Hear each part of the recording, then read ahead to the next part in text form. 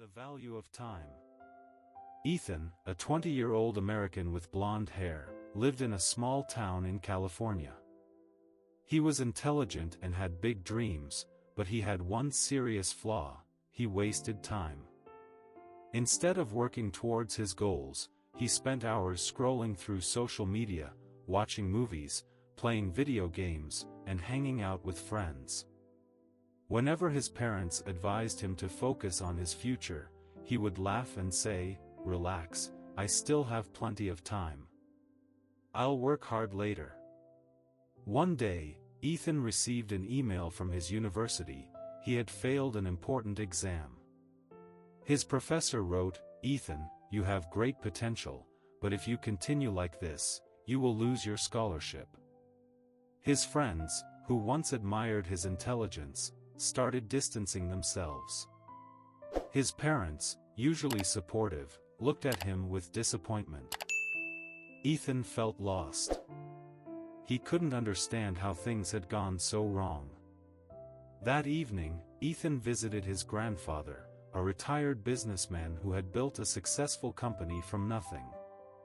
Sitting in the quiet garden, Ethan confessed, "Grandpa, I don't know what happened. I was always a good student, but now I'm failing. I feel like I'm running out of time." His grandfather smiled and said, "Let me tell you a story." He began, "Many years ago, I knew a man named Robert. Robert had everything: money, a beautiful house, luxury cars, but he always postponed important things. He loved to relax, thinking, 'I'll do it tomorrow.' But as he grew older, he realized he had wasted precious time. His business opportunities were gone, his health declined, and his friends had moved on.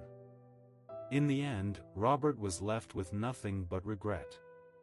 Ethan sat in silence, the weight of his grandfather's words sinking in.